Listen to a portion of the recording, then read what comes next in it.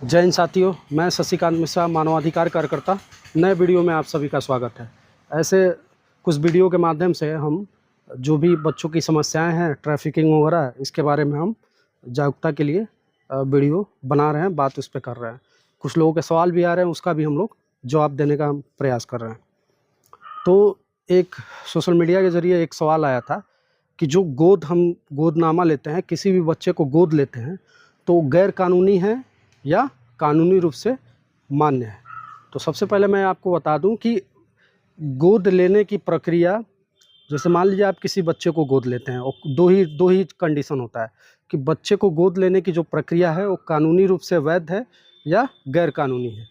अगर जो आप कारा, सेंट्रल एडॉप्शन रिसोर्स अथॉरिटी के जरिए कोई भी बच्चा अगर जो गोद लेते हैं तो कानूनी रूप से वैध है। इसके बाद अगर जो आप गोदनामा लेके किसी हॉस्पिटल से कोई बच्चा खरीद के, अपने गांव से किसी बच्चे को खरीद के, या अपने पड़ोस से किसी बच्चे को खरीद के, या किसी भी माध्यम से, दलालों तस्करों के माध्यम से किसी भी बच्चों की खरीद फरोख्त करते हैं, चाहे वो छोटा बच्चा हो या कोई भी बच्चा हो, खरीद फरोख्त करते हैं, तो वो गैर कानूनी है। और अगर जो पुलिस में रिपोर्ट इसकी होती है तो मुकदमा दर्ज होगा और कार्रवाई भी हो सकती है।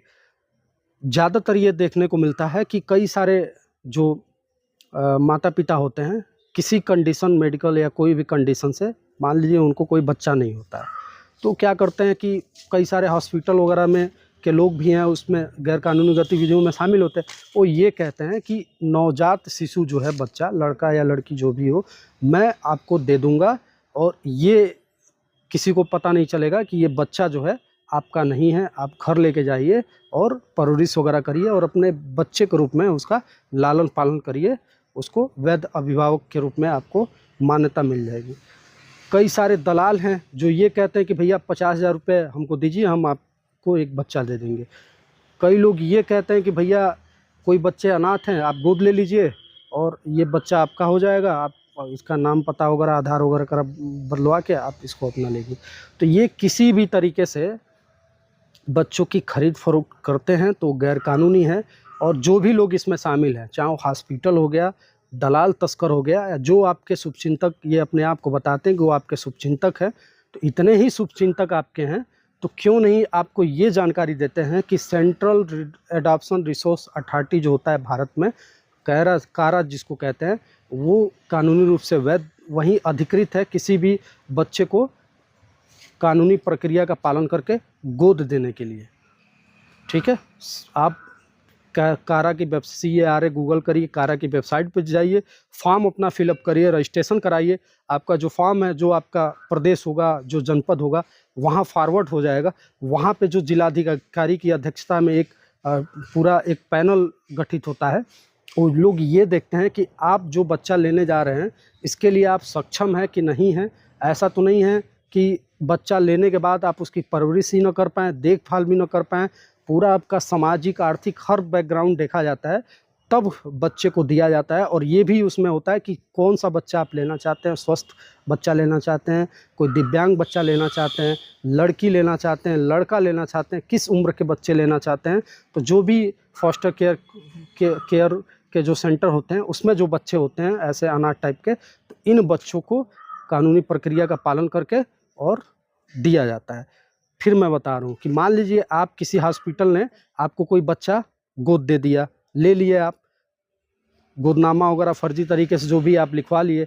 कल को मान लीजिए कि बच्चे के माता पिता ने FIR दर्ज कराया पुलिस में और कहा कि जब मेरा जो बच्चा पैदा हुआ था वो बदल दिया गया, या ये मेरा बच्चा जिंदा था और हॉस्पिटल ने ये कह दिया कि तुम्हारा बच्चा मर चुका है, और उस बच्चे को किसी और को उसने दे दिया।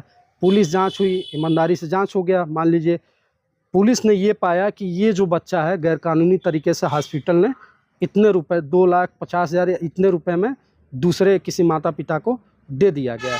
अब क्या होगा, आपका तो उद्देश्य पवित्र है, आपका मनसा पवित्र है, लोक लाज के डर से, समाज के डर से आपने तो ठीक है गलत रास्ता अपना के बच्चे को ले लिया, लेकिन उस FIR में, उस मुकदमेबाजी में, या उस गिरोह में, उस अपराध में आपकी भी संलिप्तता आ गई, और आप लाख ये अपना देते रहेंगे कि भैया हमारी कोई गलती नहीं है, हमारा कोई इसमें दोष नहीं है, लेकिन आपको भी जो तस्करी में शामिल किया जाता है। और ये इस प्रकार की जो भी गैरकानूनी गतिविधि लोग कहते हैं वो ट्रैफिकिंग में आता है, तस्करी में आता है।